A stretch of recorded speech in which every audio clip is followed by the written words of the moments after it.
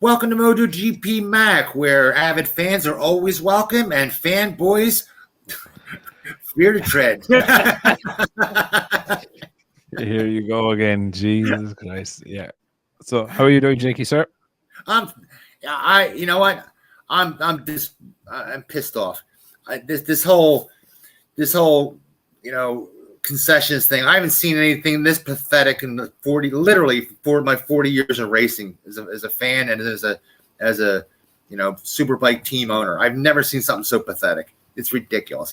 It's like you have David and Goliath, and they're saying Goliath needs to have the slingshot. It's absolute bullshit.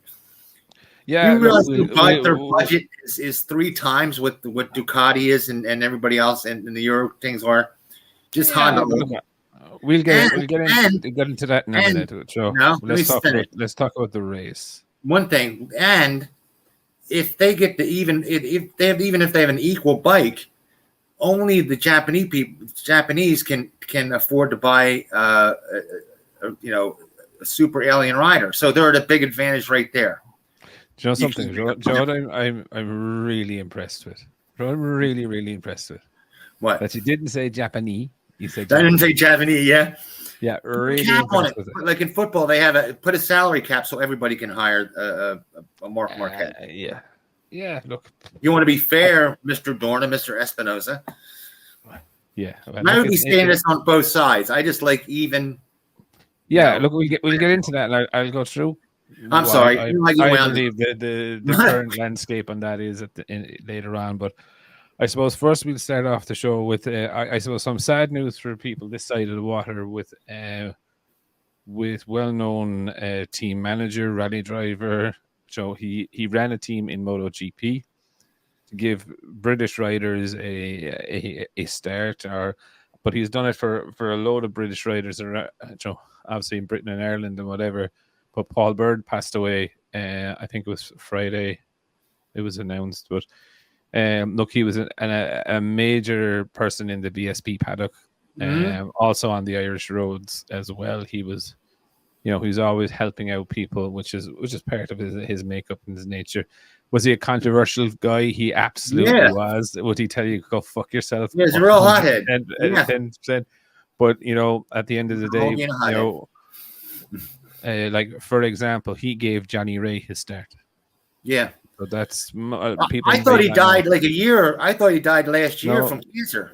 No, he had a short illness and he passed away. So look, it's a big loss to, I suppose, the British motorsport section, because he wasn't just into motorbikes; he was also into the rallying and stuff like that. So it was just sad to hear the announcement, and obviously thoughts and prayers and all that with his family and close friends.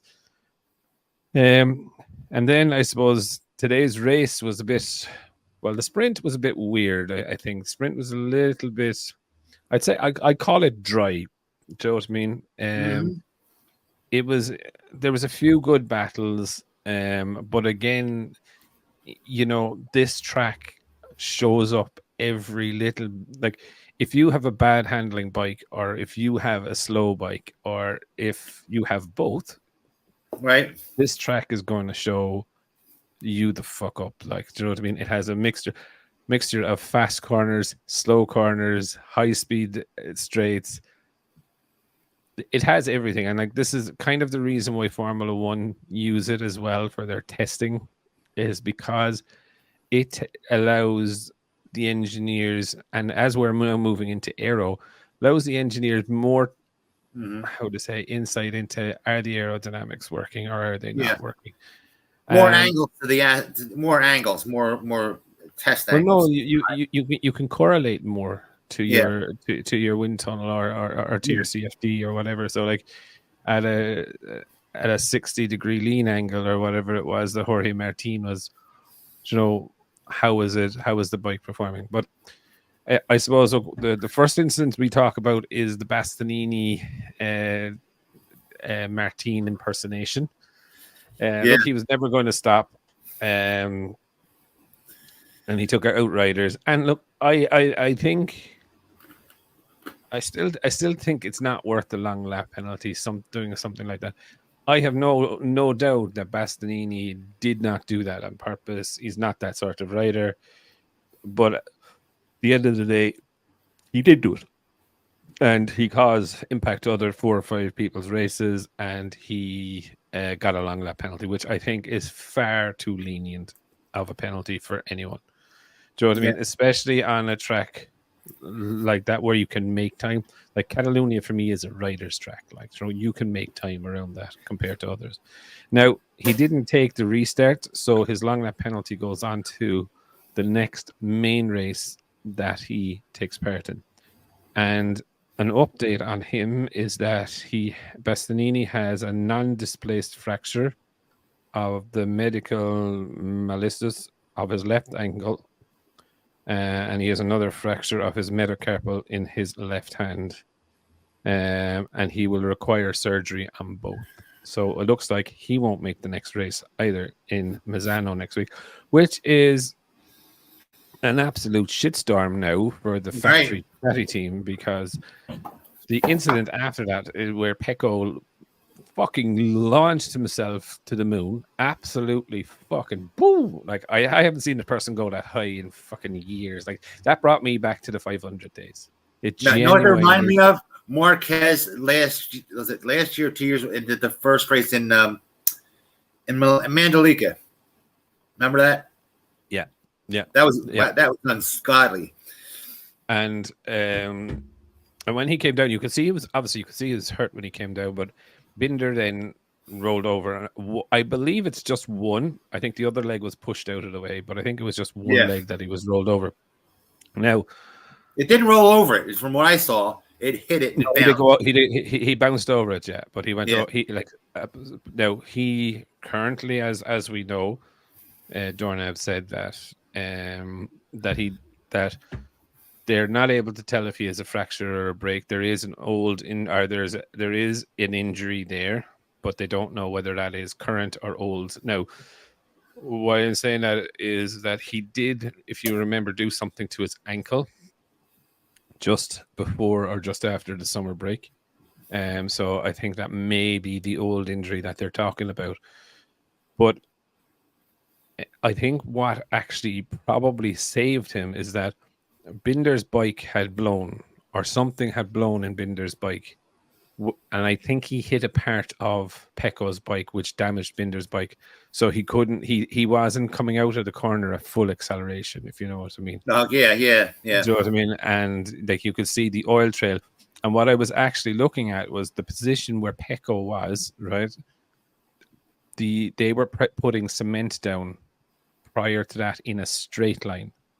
So like, it went straight through of where Pecco was lying down. So I think Binder's bike had some damage before it hit Pecco, and that's why. And I think that may have helped Pecco. But saying that, at this stage, if Pecco just does break a tib or a fib, right, has an Alex Rins injury, that is 8 weeks, 12 weeks. Yeah, that's the season is over at that stage. You would see that right away, though. You not necessarily. Well, they would if it was a bad tib or fib, 100% they would see it. So like, it could be a broken ankle, which technically Pecco could ride through. Maybe not next weekend. You see the broken ankle though too. I don't know, but we're going to go over. I saw that MotoGP thing. Unless I swear to God, sometimes they write different ones to different. You know what I mean? The different areas. Yeah, but I think for sure, I would think we won't see Bastianini for a couple of weeks again. Another 3 or 4 races are going to be gone. Pecco, hopefully he can get back in 2 or 3 races. I think the fight would be still on, but I suppose on a more positive note, look, for me, when I saw the crash, I instantly thought of Ian Hutchinson. That's what the crash looked like. And I was like, oh my God. And if anyone doesn't know, basically he came out of Cop's Corner and I think something happened. He lost the rear end. Another rider was accelerating through and hit him. And basically his leg was torn in half. He lost function of his left leg. So the Sean Muir Racing team actually were the first one that was with him, and they created a system where he could change gear on the bike with his right foot rather than his left. So he rides now with his right foot. He had to retrain himself to change gears with the right foot.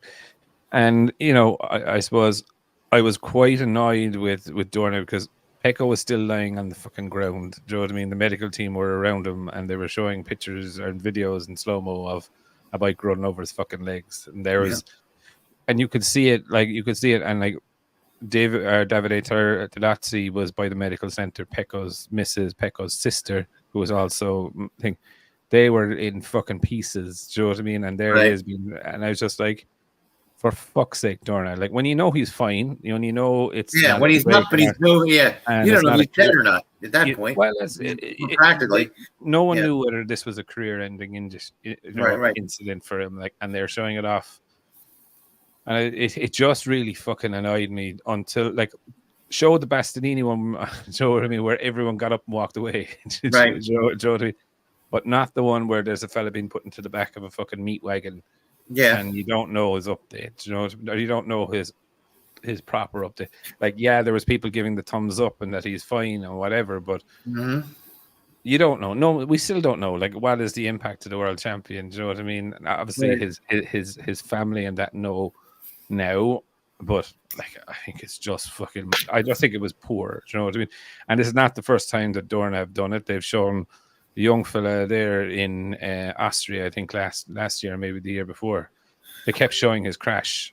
And in Moto 3, where poor guy died a couple of days later. And it's just like it was Vinales, wasn't it?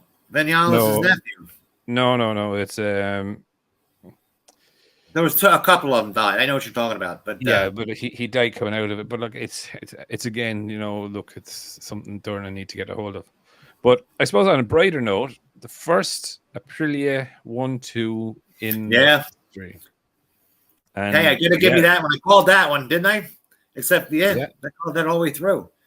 I said, wait, how good is that Aprilia? When are we really don't know how good that Aprilia is until they get an alien rider on there.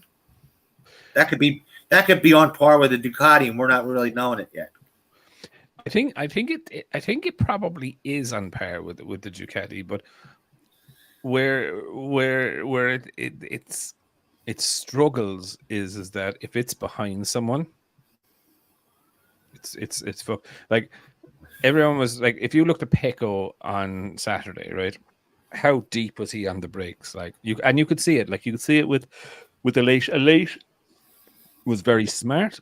He was very calm, which is not like Aleix, but he did what he did in Silverstone. He leveled him on the brakes. He didn't try to outbrake him. He just tried to level him. And then he took the spot. And you could see it then when Maverick was trying to chase Pecco in, like he just couldn't outbrake him. Do you know what I mean? And it just shows that the Pecco is really good on the brakes, by the way. But he is. But then I suppose Aleix knew through turn 3, and I don't know if he saw it, but through turn 3, that Aprilia bike was gaining 2 to 3 tenths of a second a lap. Easy. Yeah. And by the way, did you notice when two bikes have the same power or the same power level, right? Mm-hmm. You can pass with aero. No, I would disagree with you on that, right? Because Aleix was faster in sector 4. No, I'll disagree with you. Pecco was holding back. You could see Pecco holding back. No, you could see. No way. You could see from turn 10 on. You could see Aleix had Pecco. He could eat him anytime he wanted to, and every time he came out onto the straight, I think the 3 times before that he passed him, you could see it. Like he had the drive through the second last and the last. No, I didn't see the sprint race. I did not see Pecco pushing that 10th. I think you just let him go, figuring. He was not. Yeah, but that's what I mean. Is way behind. I don't have to push it. I get a nice safe second. I get a big jump in my points. Yeah, but that's a different mentality.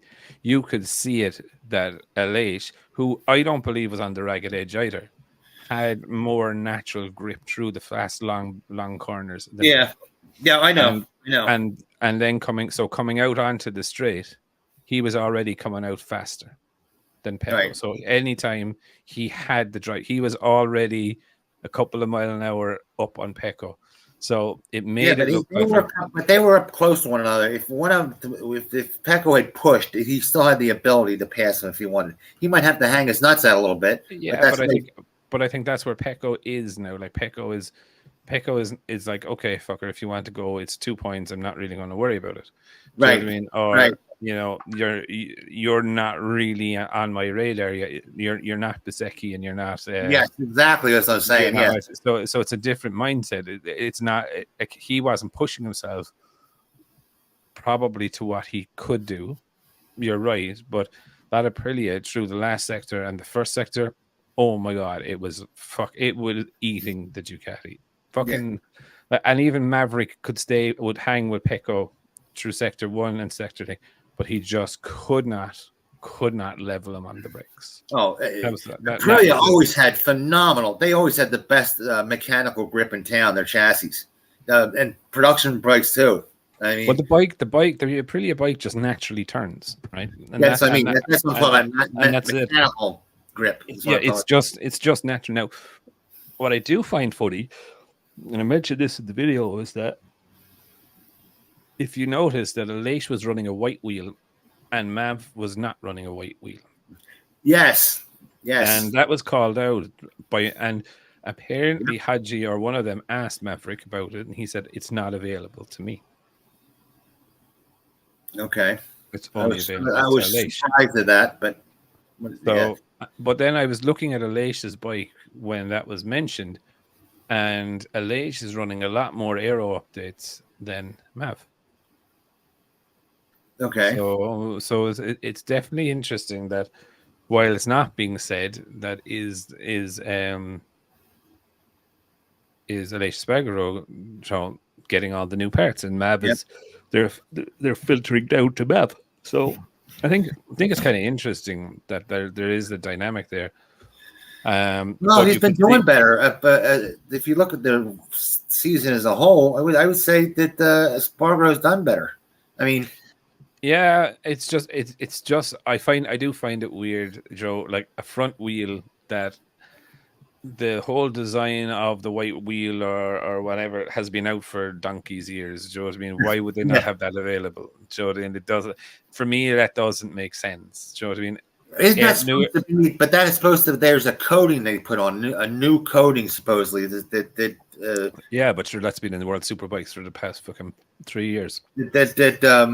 That repels heat. Apparently, that's been. They were saying. I remember when the announcer saying it's new. That's what when it's no. No, Suzuki had it last year.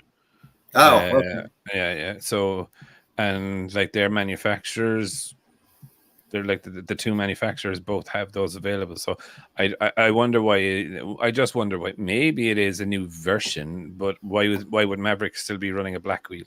Do you know what I mean? Yeah. You were running the old white wheel. Let's just say. But again, look, I just found it interesting. And when you have a small team like that, you think they'd have both of you running on it. You know what I mean? Why not? Mm-hmm.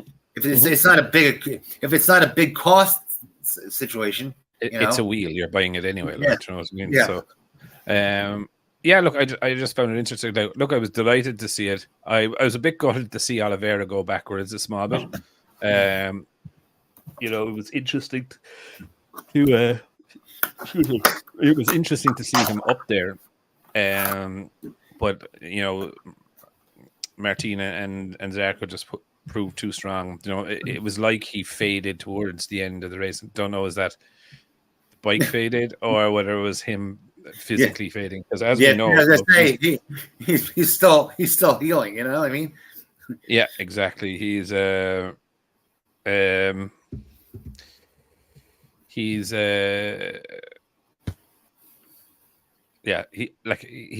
a walking target for incidents, and that's one of the things that I looked out for in turn one. He got away with it just by the hair of his chinny chin of not being taken out. Like, do you know what I mean? I was like, but look, I want to see him go well, if I'm honest, and it does show that he is a good rider, and I'm not taking that away from him at all.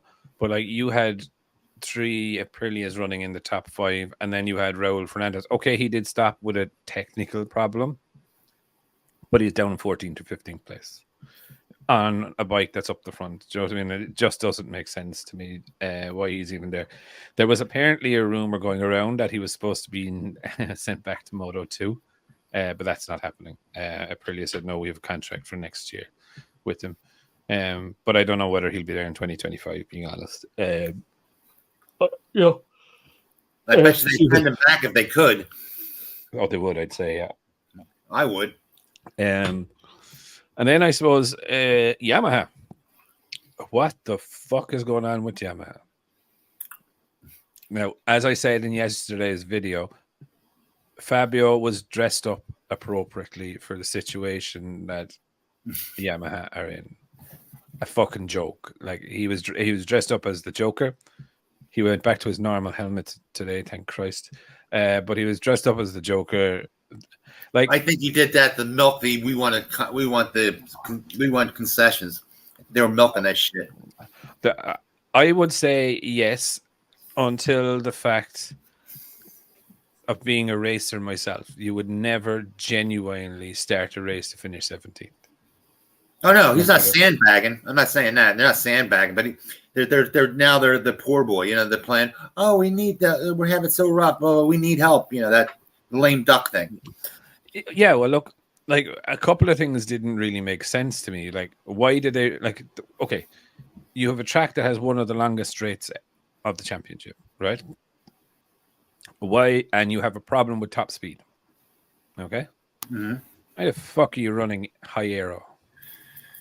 Yeah. In the sprint race, they ran the high aero thing. Today's race, they didn't run the high aero, they ran the low aero. And off the start, he was much more aggressive, to be fair. Okay, there was a couple of bikes out, and he made 7 places in the first lap. And then he went on and he got into the top 10 or whatever. So the bike is still not there. It's massively down on power, right? It's massively down on the electronics. They just don't have it, right? But you know, I was just looking at it. I was in disbelief during the sprint race yesterday, looking at like there's Marquez and fucking your man battling away like for no points. Yeah, you know, and it just like pull in and maybe Yamaha's using the race. They figure it's a done deal, and they're just using the race as testing time. More than likely, I would think that's it. I don't know. They're salvaging. I don't understand if they. But Fabio was actually out qualified by Franco. I can't. I'm still in shock that Franco got a ride with Pramac. Yeah, geez, look, I don't know. Oh man, if Marquez gets the Grassini ride, and I think he wants that Grassini ride. Yeah, we'll talk about that in a minute, but we'll go through all the race first. Like I know, I'm all over the place today. I'm all charged up today. I just got done riding, folks. So had the Ducati out and the MVF 4RR out today. Well, at least you got the bikes out, because if you're talking out here in Ireland that you were riding, that means that you were giving your missus some attention. You know, not motorbikes. So yeah, look, I suppose Marquez. He did show his class in both races, and you know the successful thing for the weekend for me is that he finished both races. Yeah, I don't. Maybe I would think that maybe he came to a sense that listen, I'm going somewhere else next year. I don't want to get beat up again. I don't want to get crashed. I don't want to have on sidelines again. Screw this. And he said yesterday in yesterday's race or in the sprint, like he's like, I took an awful lot of risks, and then I realized that I was going to crash, so I backed off. Now, that's not him. That's not him. Like there is no sensible pill during a race for Marc Marquez. Yeah. Like it doesn't fucking happen, right? So, for me, I was just like, well, I don't know, you know. And then Joan Mir getting his fucking ass opened up by Iker Lecuona and Taka Nakagami. You know, 8 seconds off qualifying that he was during the race today. 8 fucking seconds. Nah, 8 seconds. 8 seconds. They were qualifying at 1:30, whatever, and he was going around 1:37. Oh no, come on! There had to be a problem, or he was just on strike or something. You know, because remember, Lorenzo did that at the Honda, and we used to be dead last all the time.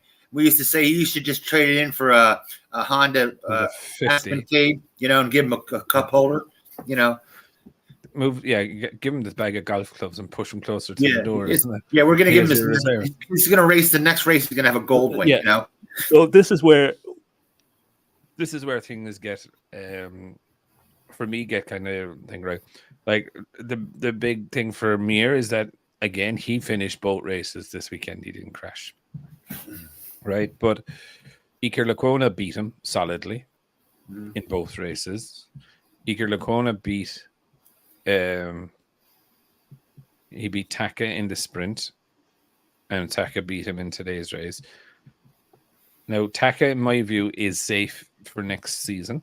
I think Agura is actually going to the Fantech racing team, and Vietti. Most people couldn't see Taka being re-signed. I can see him being. He's been in there. He knows the bike. They have no one else. They have no Japanese rider to come in and ride it. And you know the Japanese, they're blatant of I want a Japanese rider to win. Well, that's fine. That's okay. I don't think that's a problem with that. They used to call that prejudice, and they said, "I remember going, it's our money. We want a Japanese to win."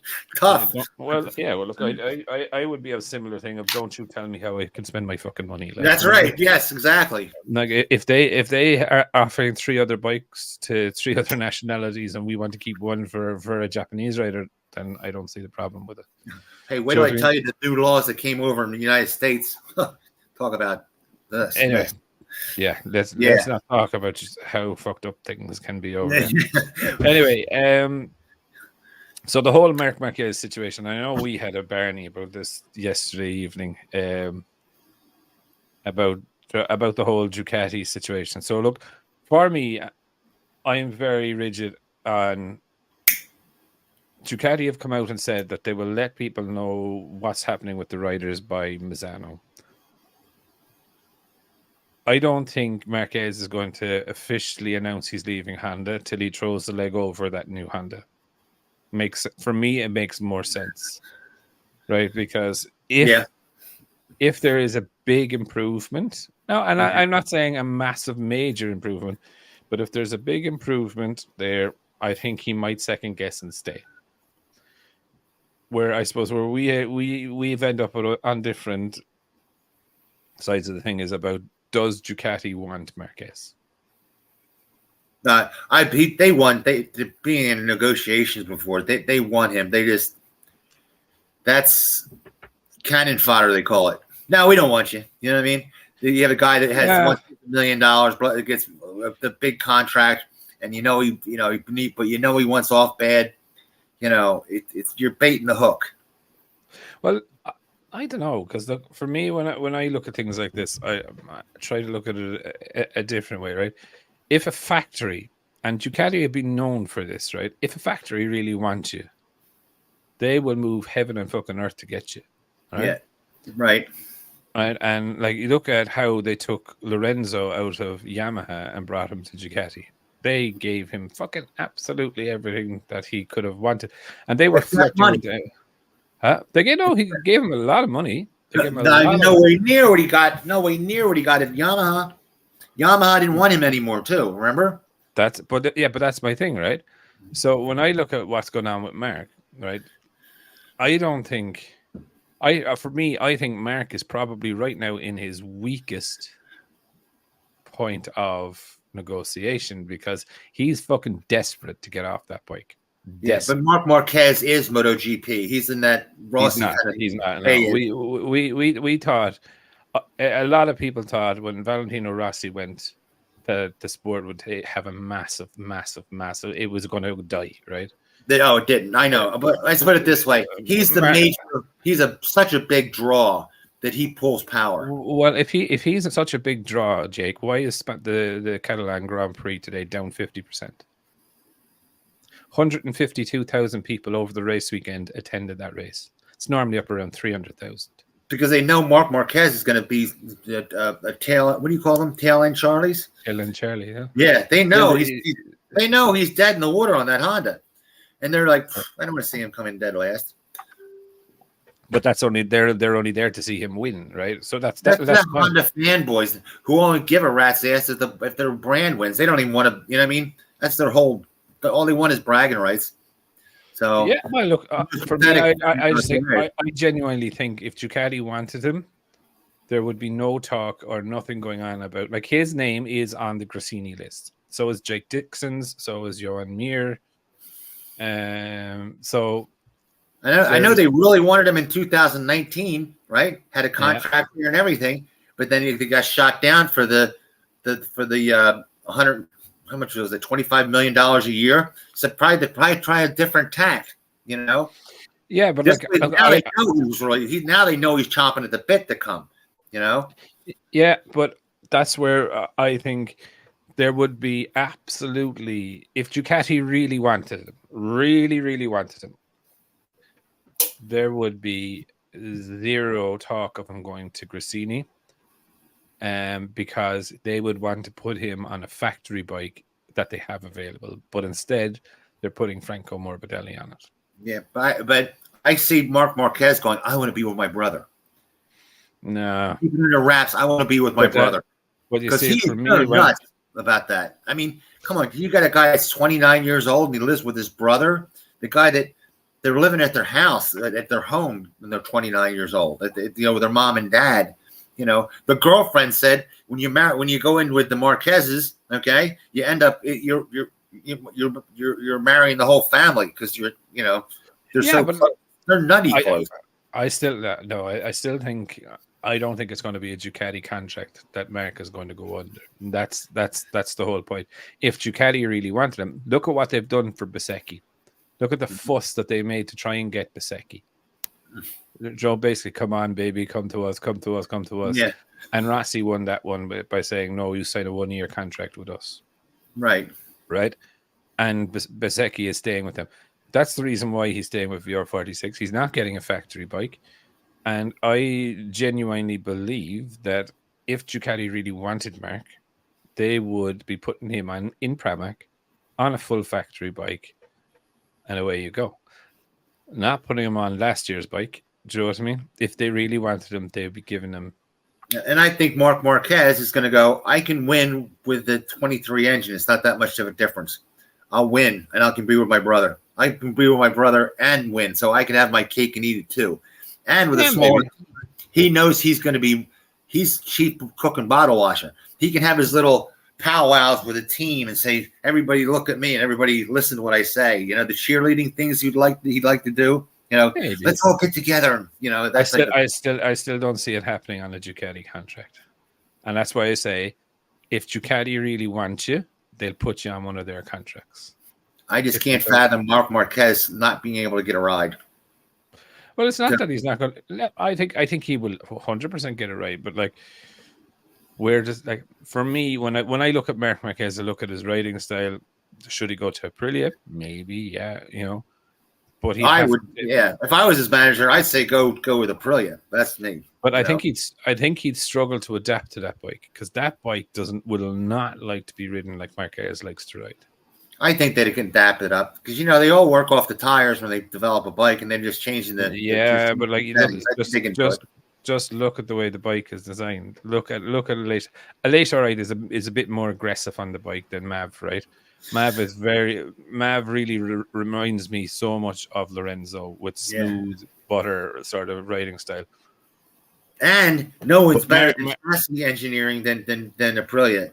I don't think Ducati's not as good as but with Marquez is far more aggressive than Elite. Do you know what I mean? Mark wants to turn the bike with the rear wheel. Massively.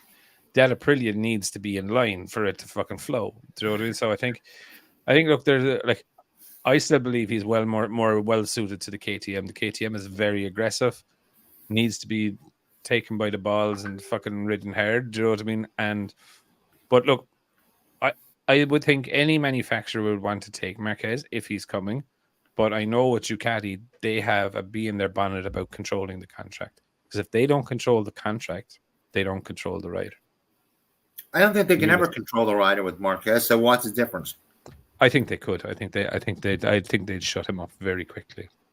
Being honest, I'm just looking. I'm putting myself in Ducati's shoes. Then you put yourself in Marquez's shoes. That's how you. So, I've watched a lot of interviews about Gigi, right? And it's like Gigi makes the rules. So Gigi, so it's not about HRC or Honda or fucking whatever it is. You act the prick, right? Gigi is there to fucking chop the lights straight out from under. Mm-hmm. So I think in a Ducati contract. That's why when you say it, that's right. The Gigi makes the rules. When you go on that factory team, he's going to say, if he was on the factory team, right? He's going to say, you do what we tell you, Marquez. Okay? This isn't HRC. You're a rider. Get on the damn bike and ride it. With Gresini, that's like a family deal, right? In this way, he could be with his brother. He can do the, we love you, just kumbaya. Everybody, shakes, rocks back and forth and holds hands, and he's a happy camper. Yeah, but that's my point. So Ducati don't want him. If he's going to be a handful, they don't want him. Oh, okay. I was pretty much saying the same things on a different page. I'm saying you're saying Ducati as the factory team. I'm talking about Ducati as in the bike says Ducati on the side. Yeah, but that's what I mean. It's Pramac Ducati, right? It's a factory bike, right? Why would you put arguably one of the best riders in the world on a satellite bike? If you really wanted him, you would give him everything his heart desires. His heart desires a factory bike. Stepping back to a satellite bike for Marc Marquez, it's probably unthinkable. I don't think he cares about that at this point. He loves being with his brother. No, I could see your point if Alex Marquez was at Pramac, then you'd go in a heartbeat. No, but what my point is, I don't think he's with his brother night and day at the racetrack, right? They're only separate on thing. They ride the same sort of bikes. Mm-hmm. So I think it's they don't need to be in the same team. Personally, myself, and again, if Ducati are really headhunting Marquez, my view of it is that they would be putting him on the best bit of equipment that they could put him on, which would be next year's bike. If you go back to what Simon Crafar said, do you like old bikes? No, I like the most current up to date bikes. I don't. Yeah. This year's bike is better than last year's bike. Oh, Simon Crafar has been pushing for the ride height to say. Do you notice that? Do you hear him? Yeah. Look, I think it's. I know, old timer. I'll never get that out of you. I swear to God, we need to put you on a Euro bike, a new one, okay, and then give you something with aero. Well, yeah, we don't go fast enough for aero. It don't make a damn bit of difference for us. Well, exactly. We're putting the aero on the side to say. My Ducati, we passed up the aero, the wings, because I thought because I could have a choice between the 2019 and 2020, and it was $5,000 cheaper. First off, because they knew the wings were coming and nobody wanted. And I thought, I tipped this thing over. I hit the ground. I got $3,000 for something I'll never freaking use. Right? Yeah, but the wings are only $147. You can buy them on eBay. Be grand. Yeah, bullshit. No, you can 100%. They're not genuine Ducati ones, but no, I'm saying. But if you have the genuine Ducati wings, right? And if I'd have got the 2020, the bike falls over, right? Yeah. Snap, right? Now I got a $3,000 bill, for putting the shit back on again. Yeah, but you look cool. Yeah, I know. People love to have that aero. They want that aero in the bikes that they buy. It's the aero. It's the aero and the brake scoops. Yes, they love them. Yeah, they want to look out in that MotoGP field, and they want to see aero on the bikes. They love it to death. They love it because it's there in MotoGP. Do you know what I mean? If it wasn't there, it wouldn't fucking bother them. Anyway, but once they have it, they want to keep it. Yeah, but there's very little road people out there that have actually use it to fill the difference. Yeah, nobody can actually use it. It probably fucks up the gas mileage on it, right? You can't use it. You gotta be. They're always saying at 120 miles an hour, you get 30 pounds. How many times you go 120 miles an hour? Well, that's kind of like most days that you would ride a bike in Ireland. Well, I do. I still will blast around. Like I said, I blew away all the Japanese riders, the brand riders with my MV. But that was like, I don't want to do that all the time, especially if I'm handing the bike over to you. I don't want to hand it to you blown up. Yes. Anyway, right. The big dirty conversation that we need to have there, so that you get very upset about concessions. Right. So, yeah. So, concessions are going to happen, whether we like it or not. And Carlos, but the whole point is, it's such corruption. Honda's been in Honda's pocket forever. I'm going to tell you the update, and then you can respond after that, right? And okay. So Espinosa came out during the week and he said, "Look, that the concessions, from his point of view, and remember, he is Dorna. He makes the final decision. Yeah, I know. He makes the rule. You talk bottle washer. You talk off, or you talk out against him, or you start slagging him off, or you start doing this. That 2 days later, you will have a on your front door, and it'll be the fucking mafia, right? You don't fuck with him, right? So, fuck yeah, Guinea. He don't get me, Guinea. Yeah. Go ahead. He has. I call it, like, for me, he's the Bernie Ecclestone of Formula One, right? He had dirt and shit on everyone, right? And he gets. I don't think he's had dirt on the European teams. I don't. He does. He does. So he's basically turned around and he said, "Look, I want to do it in a way that everyone agrees."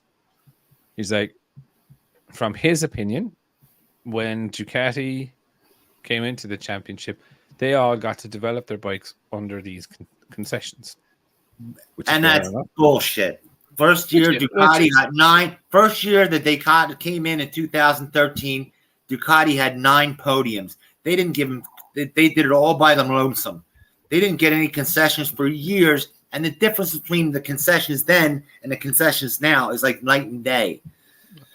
So we're going to go back to our agreement that I'm going to give you the update, and then you're going to respond. Okay? Yeah, this is like a presidential debate, right? Yeah. There's going to be fucking rules in this. Mr. N, go on. So I'm telling you what he said. I'm not telling you I agree with it. I'm not telling you anything. I'm telling you what he said. I understand that. He said that the other manufacturers did develop their bikes with concessions. Now, he's also said there's no decision yet taken on what concessions that they get. One of the first things that they are looking at is increasing the wild card riders for everyone. Okay? Really? Yes. So, no, it's not, right? But what he said after this is very much so chilling, because he turned around and he said, if we don't get an agreement from everyone, we'll just do it by majority. Make them do right? it. And make him do it. Exactly. And he has the power to do that in the way. Yeah, but then he'll look like the biggest ass in the fucking world. He doesn't give a shit, Jake. Yes, he does. Yes, they do. Every politician knows what its image is everything. He does not want to come out and say, fuck you. They pushed Aprilia out of World Superbike. Remember that? Like, it was so blatant, it was ridiculous. And they keep pushing Ducati. Every time a European brand wins, they're on their ass because they have way more Honda. Wait. No, you're generalizing there now, right? Because they fucked Kawasaki over for years. They did. I'll give it. Yeah. So anyone. So relax there. That was after 6 years. But no, Johnny was done after 2 years. After 2 or 3 championships, they started putting in the rev limits. Not the Kawasaki didn't get it for years. It was 5 years. As soon as Johnny Ray started winning, I think it was the 2nd or the 3rd championship. It was like the 4th. It was at least the 5th.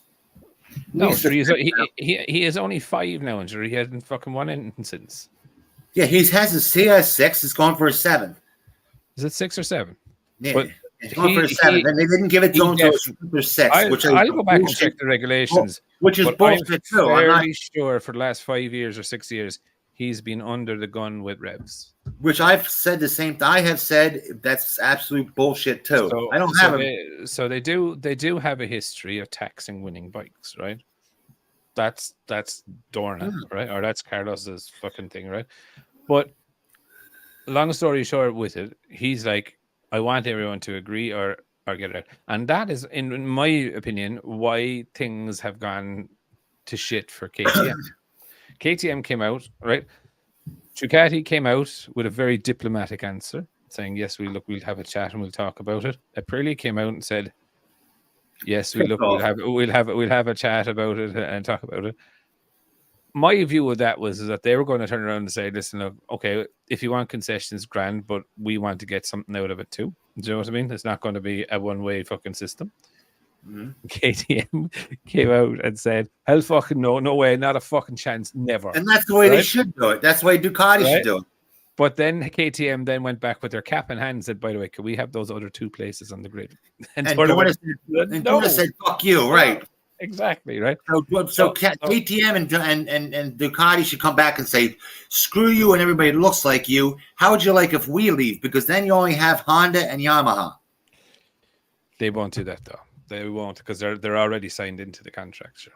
They can break it just like Suzuki did. They did. And they're more fragile because they have nowhere near the money that the exactly. Honda, Wall Street Journal, Honda has more money in a budget than Ducati, KTM, and Aprilia combined. Now, they have access to the budget, right? And the other thing that you need to make sure in this, Jake, is you're taking into account HRC's budget, which HRC have multiple different disciplinaries within that budget. So it's not just MotoGP budget. It's just HRC, Honda Racing Corporation's budget. Then you're going to make that covers IndyCar, Formula One, huh? Then you'll make then you'll make $50,000 because if Wall Street Journal screws up, they'll give you $50,000 if they screw up on anything. They send me that link. Send me that link. Yeah, Wall Street WSJ.com. Okay, I'll look it up. I'll have to correct them for 50 grand. It used to be 10. I will stay up all estimating on the 50. It used to be 10 years ago, like in the 1980s. So I'll 100%. 10 grand. I'll 100% write to him anyway. I'll even stay up all night and write the email. Yeah, for 10 grand, right? You'll do it cheap. Yeah. But for me, look, I don't agree with concessions either, right? So you're not trying to preach to the converted here, right? But I know. It is going to happen, right? And the reason it is going to happen is because Espinosa said it's going to fucking happen, right? Well, then make him do it. And John, I can see your man Viegas, head of the FIM, if he says something's going to happen, pinch of salt. If Espinosa says, Joe, look, we can do this. We can do this the easy way, or we can do this the hard way. But it's going to happen. It's when they go, but it's not Dorna doing this. It's FIM. That's the case where you call it. It's the tail wagging the dog. Okay. It's not supposed to be Dorna doing it. It's Dorna doing it. Okay. So just checking up on Pecco Bagnaia. So he's released an image of him in the hospital. And there's no picture of his legs, but he's up. He's giving the thumbs up. He's saying, I can only say thanks. Holy shit, he's standing up? No, he's sitting on the edge of the bed. Oh, okay. Thank God for that. Look, like, I don't like seeing people getting, like, I don't mind seeing some fella fly off a bike. I just don't like seeing fellas being rolled over personally. But anyway, where were we? So the concessions, Jake, are going to happen, whether we like it or whether we don't like it. I think they should just listen. We'll how about this? We'll leave because Honda always says, "Oh, we're going to leave. We're going to leave." And it was in Mr. Honda's corporate trust that they couldn't. Okay. By the way, for little notes for people. So call their bluff and say, listen, how about they leave? Because then I tell you, do you remember, I don't know, you're not old enough, when they just had Yamaha and Suzuki back in the late 70s or early 80s? Mid 80s, isn't it? Yeah. That was a mess because it was just so one-sided. It was just, they almost went bankrupt. That was the closest they ever went to being bankrupt.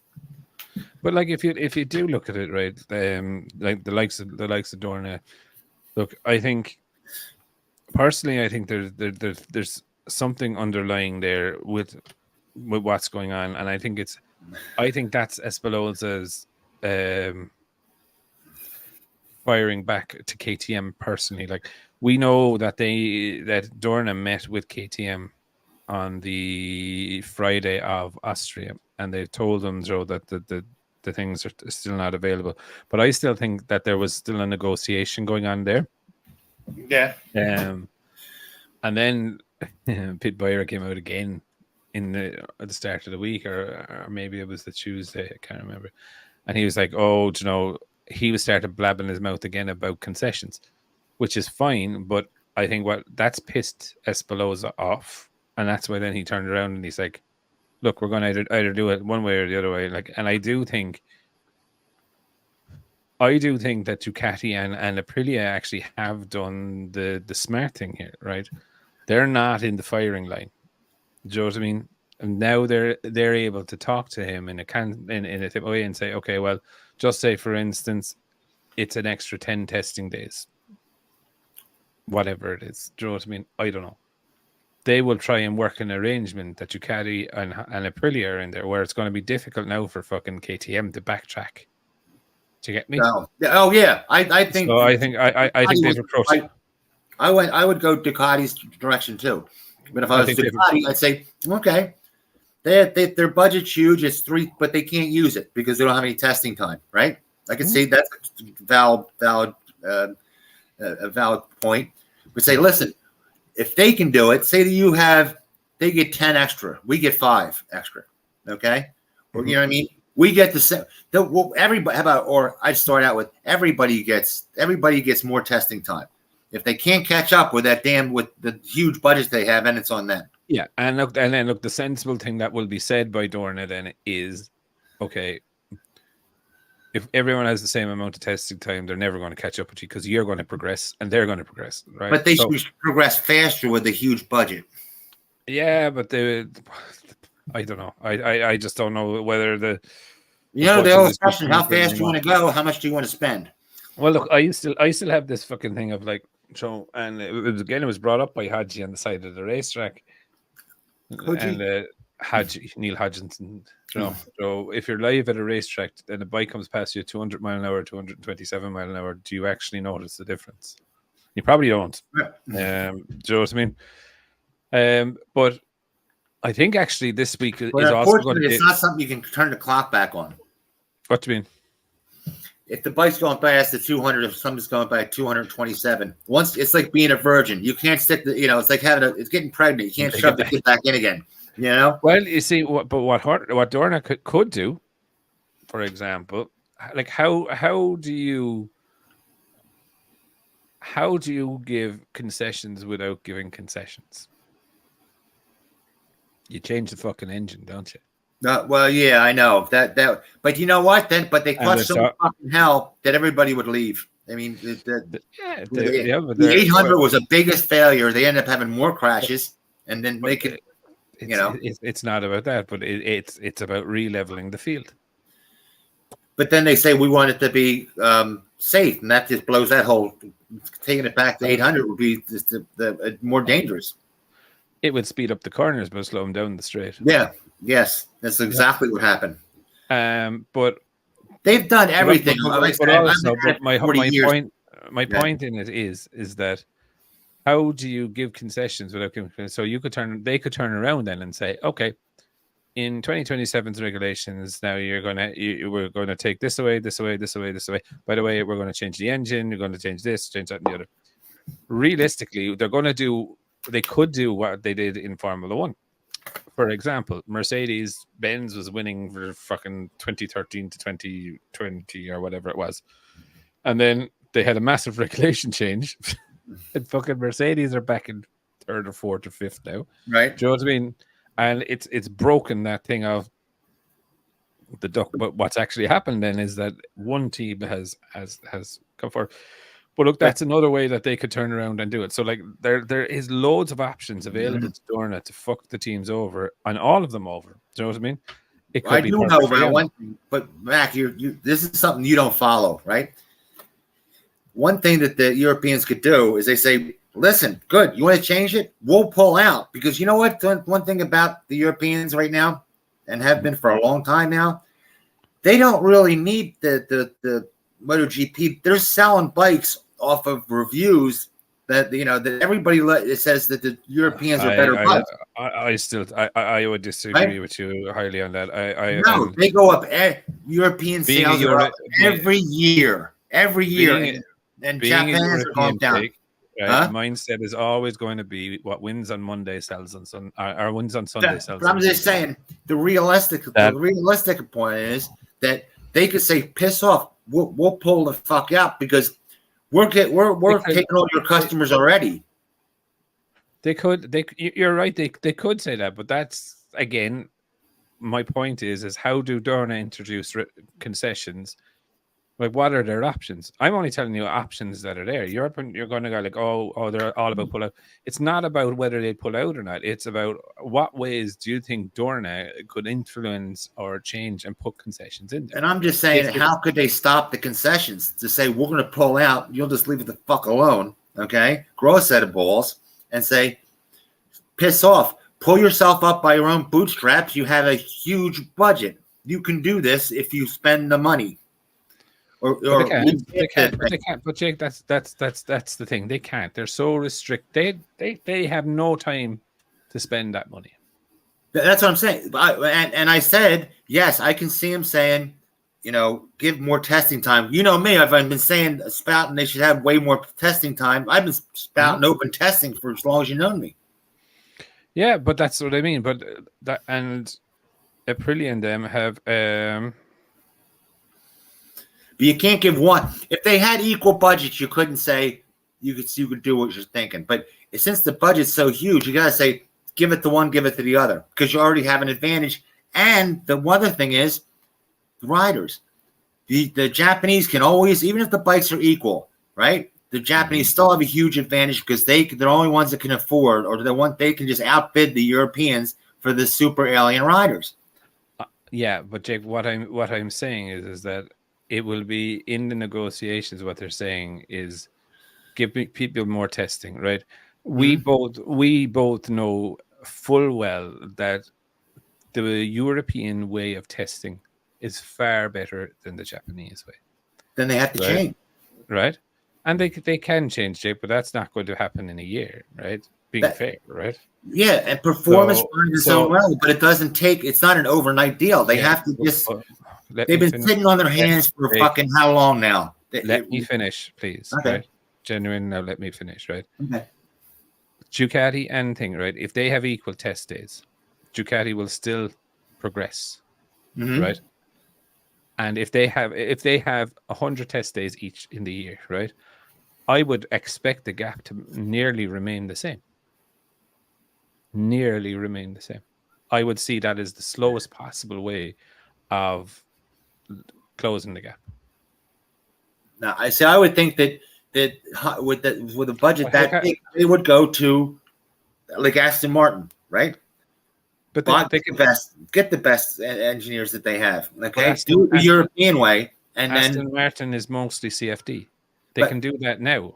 I am using this as an example. I'm just pulling a name out of the hat. But they would go out, get the best engineers, make up the difference of the time. You know what I mean? Be able to spend that money because now they have the testing time, right? Problem solved. It ain't going to happen overnight. But how long have they been sitting on their hands, though, saying we're relying on the rider? Listen, look, that's fundamental. That's their fundamental problem, right? And that's where they've been caught. They have to pay their dues for doing that, and they do. But I still believe, in my view, even if they had 100 test days in the year, I guarantee you, Aprilia, KTM, and Ducati will find the budget to run those 100 days. Do you think that the Europeans are that much better than the Japanese under any circumstance? Is what you're saying? No, but what I'm saying is you're going on about spending the budget for 100 days, right, of testing. Mm-hmm. I can guarantee you, if Ducati, Aprilia, and Thing need to get the budget to do that, they'll find the budget to do that. They will. I know. Hence, that's what I'm saying is that the gap won't get smaller. Well, what I'm saying is, the budget say they're spending, the Europeans are spending 50 million. Okay, Honda's spending 150 million in that same 100 days. But no, because the lads will be able to turn around, and if they need to spend 70 million or 80 million or 90 million, they will. That's what happened. They're not going to be able to pull the money that Honda's. They can. No. It's like you look at Ducati sell 60,000 bikes. Yeah, but it's also owned by Audi that will pump billions into it to make sure that I don't think they will. I know they're bike nuts, but for match that, boy, that's a really big risk. If they think a threat is coming in, they will spend the money. I don't think they would. That's a huge ask to say. Listen, it's not really. Look, 300% budget. You know what I mean? Look at KTM's budget. Yeah, and Honda spends as much as all three of them put together. You're saying they're going to match that? No, not KTM. KTM is far more is close to the 100 mil. Yeah. Do you know what I mean? Ducati is about 40. I'm sorry. I believe the Wall Street Journal. They've never seen them wrong yet. I'll be honest with you. And they have no axe to grind as far as they're not fans or anything like that. But I can guarantee you if Ducati's, and even with Aprilia coming in, Audi will not like to lose. No one likes to lose. No one likes to lose, but they're not going to be able to pull that much money. You're not going to be able to go to their stockholders and justify spending that much money. Bet you they will. If they need to do it, they will. Genuinely, I genuinely believe that. If Audi wasn't on, if Audi wasn't on, like a businessman, if Audi was not on the side of that bike, I would say, yeah, I'd agree with you. The fact Audi is on the side of that bike, no. I don't think they'll. That's weight. That's even for Audi. That's too big of an ask. And remember, Audi are going into Formula One. Yeah, in 2026. Yep. So they're going to have full access to wind tunnels, the whole fucking shebang. They're going to have a Honda. So does Honda. Honda has and they have access to all the shit. Huh? They don't. What do you mean they don't? I thought they just had Aston Martin and Red Bull. No, Jake, no. Honda just. I'm asking. Honda does not have access to Red Bull and Aston Martin. They can't. They won't. They don't hire them out. So, Audi are building their own Formula One team. Yes, I know, and they're going to take over the Sauber Formula One team that is currently Alfa Romeo. Okay. Yes. That's going to be theirs. Huh? Sauber were always into bikes too, by the way. So they'll own that lock, stock, and barrel. I think actually from next year or the year after.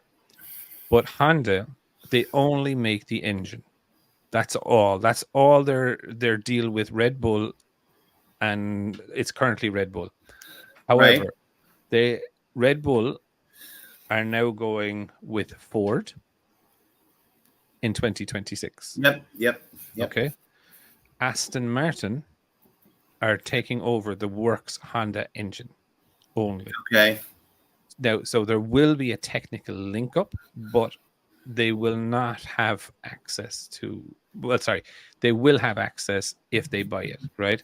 But what I'm saying is that in something like Audi, who is the parent company of Thing, they will have their own Formula One team. They will have their own Formula One engineer, and they have and they're the owners of Ducati. So I think there will be a much tighter correlation there within the engineering team. So for example, the engineering team within Audi, right, or the aerodynamic team, just to give you for instance, they will go to the Audi wind tunnel, and that will be run by Audi engineers. Does that make sense? Who are Audi F1 engineers, if you know what I mean. However, if you were to go to Aston Martin, for example, they would be F1 engineers, but they wouldn't be. Do you know what I mean? They would be. How would I say? I don't think they would be putting their full F1 engineers on it. Does that make sense? Yes. So I think the correlation there for me when I look at it is that if Ducati need anything to stay ahead, they will do it. Aprilia, So the fight between two Italian teams, Aprilia is not going to want to fall behind after the amount of money they've spent in getting up there, right? Right. And the bad press that they've had. KTM are willing to put in another team, right? So they're definitely willing to spend another 20 or 30 million on it. I thought they were coming up short with money. Nope. Aprilia. They're well, not Aprilia. No, Aprilia are what is it? The RJ team is broke. That's RNF. RNF, excuse me. I got but Aprilia are funding that, sure. Yeah. And then you have KTM who would be happy to spend another 20 or 30 million to put in another team. So that brings their budget, I would say, north of 100 million. Mm-hmm. Well north of 100 million if they were to run that third team, which puts them in the ballpark of Honda. Honda. I believe the Wall Street Journal that there's 50,000 bikes. They're saying it's 300 million for not MotoGP, not a hope. MotoGP, not a prayer. No. Not a prayer. I'll have a look at it. They didn't have a number. They just had. It's not a prayer. That has to govern the whole HRC environment, not just MotoGP. Because when you look at it, like the Honda F1 project, that alone is it's probably 200 million a year just on engines. Do you know what I mean? Mm-hmm. Then you have their IndyCar program. Then you have their WTT or TC. Then you have their Honda Endurance program. Like there's, I would love to see the breakdown of it. And I can guarantee. I think Honda's like up to close to $1 billion for their total expenditures for racing. Yeah, I would think so. Like it's a massive marketing thing. Do you know what I mean? That can be all written off, right? So, but yeah, what I'm saying is, how can Audi justify that? They're all bike nuts at Audi. They really are and always have been. They are going to get very used to winning meeting, okay, and say we got to have 3 times the budget. How do you? That's a tough. The stockholders are going to go ape shit on that. They're not race fans. 1 second. They just talked their shareholders into buying a Formula One team and doing it, right? Probably spending north of 150, probably 250 million a year, right? Yeah. So they're going to go and do it again and double it up. I don't think so. They're going to get used to in Ducati and Audi of winning, and when they stop winning, I think they will react in a different way to the Japanese. And they will say, okay, well, what do we need to do to get back to winning? And I think that's when the investment will come in. But you have to justify that cost somewhere along the line. When you're selling get this. I think they sold 65. But MotoGP, bikes, that was a record sales. That's record sales at 65,000. Yeah. They're not making that much money on the bikes. Just you're spending more on the race team than you are profits of the motorcycle, period. But that's what selling a lot of places do. Ferrari to make that. Ferrari started making Ferrari started off with race cars. And decided they needed to sell cars to fund their racing. Exactly. I can't fathom that. I would think they're going to be able to pass that off to the stockholders, and they're going to go, "Oh, that's fine." And when you open up your stock prospectus, okay, and see that, you're going to there'll have people having fits all over the world. Yeah, but look, I still think they're if they need to find the money to compete, they'll find it 100%, no doubt. They will not skimp, and they will not do what the Japanese did and just rest on laurels and be like, "Oh well, we had the fastest bike 5 years ago." It's not going to fucking happen. It's not their mindset. And if they needed to go away and build a fucking wind tunnel, they'll go away and build a wind tunnel. They will. The Europeans do it for so much cheaper. I mean, I don't know how the hell. Yeah, but you do the same thing way cheaper. If you get what I'm saying, like if you had the Japanese with a wind tunnel and you had the Europeans with a wind tunnel, the Europeans are going to do it for freaking a third of what they do with the Japanese cost. But the Europeans are just they're just more brave. That's my opinion. In their more passionate, I think it is. It's brave. It's more so brave. Like if the fucking wing fails and falls off, we'll put another one on. Do you know what I mean? Mm-hmm. And we'll have a look to try and understand why it fell off. But we won't we won't delay it being launched by 5 months to make sure that it won't fall off. Yeah, and that's like when they won the title and they did the party for somebody for his birthday party. They had everybody, the whole factory showed up with Gigi's, dressed like Gigi with his face on there. You know what I mean? Yeah, that's passion you're not finding in Japan. Well, you know what I mean? Yeah. Well, that's because no, Mac, and they all look alike, so it doesn't make a difference. You don't need the mask. I can tell the difference. You're just old and you haven't got the fucking good vision. Not the Rock. You look like him. You look like him too. That's fucking hell, Jesus Christ. Hey, we all look like him. Be nice. One picture work for all. You're a bad man, right? You're a bad man. You're a bad man. It's yeah. Look, I think concessions are going to happen. Will it be sensible? Will it be not sensible? Will KTM play ball? And I think that's the first. I think this is going to be KTM's first time falling foul properly of Dorna, and I think Dorna or Espinosa will teach him a lesson because he is as close to the mafia man that you'll ever meet in your life. So that's for me. Like, there's definitely you fuck with him, and it's bang. Do you know what I mean? I know. And look, again, like the Japanese Cup today was won by Fabio Quartararo in 7th. My boy, I was happy for my boy there making 7th. Yeah. So it was good to see. And by the way, I just like to say that I did beat MotoGP out with the Pecco thing because did you? Good man. Yeah. Good so man. Even though people won't see this till tomorrow. Monday, but yeah, look, I just think it's I saw today that somebody said, Marquez is already signed to Grassini. I think it's not already signed. It's not, that MotoGP press, whatever the hell it is. Ultimate update to fucking field. Or update, MotoGP news. I was like, come on, I don't mean to bad Marquez signs for Grassini. Well, he's in talks with them. Well, actually, his name was on the list. yeah. Actually, they just knew who the hell he was. Yeah, they'd heard of him before. just do me a favor and report them. Yeah. So Ducati, so just an email from Ducati. Ducati have confirmed that Pecco Bagnaia has no fractures.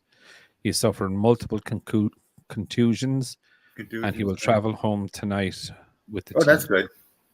So there's the only thing to worry about is the bone bruise. Look at the first. Yeah, but it's good. Yeah, I don't know if they mean a bone bruise or not. Yeah, it's the good thing is that it looks positive that he can ride next week. So, Christ, I can't go to the doctor. Christ, they don't know what the hell's wrong with me. I've been pain 24/7. Folks, if you see me drained, it's because I'm up all night because I got a pain. Christ, I put my finger on it. It's been getting worse and worse and worse. So take your finger out your ass. Anyway, I think we'll wrap it up there anyway for this week. Look, overall, I think it was an okay race. Obviously, the drama with the things are done now. Thank God, everyone is home and safe. And Bastianini looks like he came out worse out of everyone. And you know what? You got proved right, or we got proved right on something. You remember while we started this, we said, the Japanese rely on one rider to make up the difference for the bike. So if that rider goes, they're screwed, right? We said if they set it up so the bike is good and anybody can ride it, right? If something happens to that main rider, they have a backup. And here's the perfect example. If Pecco didn't, it was out for the year, they have backups because they made a better bike. And the Japanese now are looking to go back to the same. You notice they're looking to go back to that same situation where they don't have to make a good bike, but they want that, the super alien rider. They're never going to get better. For you Honda fanboys, they're never going to get better if they don't, make better bikes. And it even shows on the production bikes. My God, they got the CB 500R. The bread and butter bike got beat by a Chinese bike, the CF Moto 450 SS. How pathetic is that? Mr. Honda got to be rolling his freaking grave. Yeah. I actually watched. They're not going to get better. It's I like actually watched a video on the CBF 450 the other day. Yeah, Looked nice. Yeah, or CB Motos F450 or whatever the fuck it was. Would I buy one? No, personally. Well, no, yeah. Well. I might buy the V4 though. They're coming out with a V4, but it's a KTM because I told you KTM, CF Moto owns controlling interest since 2013 of CF Moto owns it of KTM. They've owned the controlling interest for a decade now. Do they? Yeah. I thought it was owned by someone else. No, it's CF Moto owns. CF Moto's a big company, and they're looking to go racing. That's what I said. The mystery, the only factory I can think of for doing this mystery factory would be CF Moto. Oh, by the way, when somebody said I was spouting conspiracy, I don't spout conspiracy. If it looks like a duck and it walks like a duck, it's a duck. I was talking about KTM getting. I thought it was the other way around, that it was KTM bought CF Moto. No. But here they only got it for 1 year, right? The Dorna only paid sure 1 year.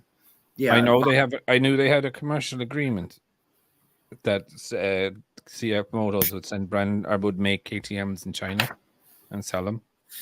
Yeah, they bought controlling interest of them, 51%. All right, I thought it was the PR Group owned thing, or the Perrier Group or whatever it was. Didn't think it was. I think it was that. It's throwing me off. Is who owns? I keep hearing different things, reading different of who owns Aprilia. Oh, it's some. I hear it's the Chinese group, and I hear it's the Italian group. It's definitely Italian. It's Piaggio Group, I think, own it. Yeah, but the Piaggio Group is supposedly owned by a Chinese company. Nope, it's not 100% Chinese or 100% Italian, I believe. I've read it. I'll look that up. Look it up for yourself. I've read it a dozen times where they say Piaggio is owned by a Chinese company, but they're hands off. They're like supposedly they're not like QJ or whatever the hell that is. QJ gets into the production in itself. So I'm just looking it up there on KTM. There's a commercial agreement with KTM and CF Moto, right? For sure. And CF Moto are building and constructing KTM bikes in China. Mm-hmm. And KTM are building and constructing, are selling and dispatching. So if I want to buy a CF Moto bike, I need to go to a KTM garage. Yeah. So they're selling that. So it's, from my understanding, what I just read there, after being acquired by KTM, CF Moto entered the Moto3 World Championship using a unique constructor thing in 2020. Yeah, but I'm saying the whole company itself, CF Moto bought 51% of KTM. But here is saying the other way around, that KTM have bought CF Moto. No, that's going on there. God knows how long. I'll look it up again. Look it up maybe somewhere else. I'm going off their Wikipedia. Okay. Well, Wikipedia's not always the best. It's fairly accurate, to be honest. KTM the partnership, and then it's saying in 2011. I'd rather it be owned by. I think the other way around. I think it's. You know what brought it up also? The KTM buying into MV. And there have been saying that it's the CF Moto, but CF Moto bought 51% of KTM. So who owns KTM? Yeah, the PR Mobility Group own KTM. That's who it was. Yeah, KTM is owned by PR Motor Group. Yeah. Not by CF Moto. Company structure. Okay. So they can still say they own it, but they don't. They do have a number of joint ventures. Maybe they took it back. Did they have? It was only 51%. I don't know, but anyway, according to the Wikipedia of KTM, it's the Pierre Mobility Group, and according to CF Motors Group, they're owned by KTM. So I don't know. I'm gonna look that up. It could have changed. That's your homework. That's your homework for next week, Jake. Who owns it? No, I'm not. This shit changes back and forth. There's Chinese companies buying into Honda. You know that, right? There probably will be. Listen, like, I wouldn't be surprised that there's a load of companies buying into a load of companies. You know what I mean? It's just investments now. Do you know what I mean? Yeah, well, it's the government giving them the companies money that they get off of us, United States. Yeah, probably. But yeah, I do find it pretty interesting. To see what happens there with it. But yeah, look, I don't think Ducati or Aprilia will have any, or KTM would have any or any problems if they needed to spend more to win races. They would look at the budget. That I'd love to actually try and find out. I'll actually try and find it out this week if I can find out what KTM's budget is this year. I believe it's somewhere in the 80-90 million. Yeah, I think it is so. I think that I'm all going off memory, but and if they're willing to add another team, just say for example, another team, that's another 20 or 30 million. So they're comfortable to spend 110 million. Yeah, it's not far off Honda money, my view. No, I'd actually try and find out that. And by the way, for the future, excuse me, as long as I have pain 24/7, it starts to get to your head, and you start losing so much sleep that you're like I haven't slept yet. Like when did you sleep? 2 days ago. I mean, literally.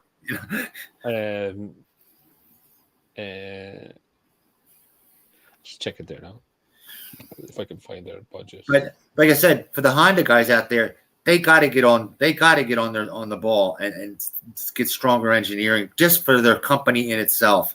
Like I say, how can you lose 50 every comparison to the Europeans for motorcycles, like the street bike comparison, for 15 years straight?